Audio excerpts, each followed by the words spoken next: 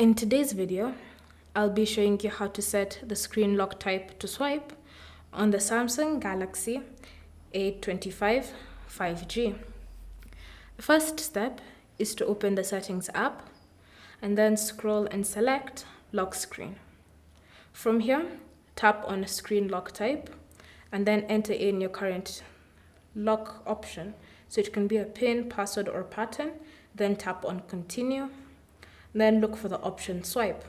Select that, and by choosing Swipe, your fingerprints and your face recognition data will be deleted from your phone. So if you wish to continue, tap on Remove Data and then confirm your choice. So now, whenever you wish to unlock your phone, you no longer need a PIN, password, or pattern. You can just swipe and your phone will unlock.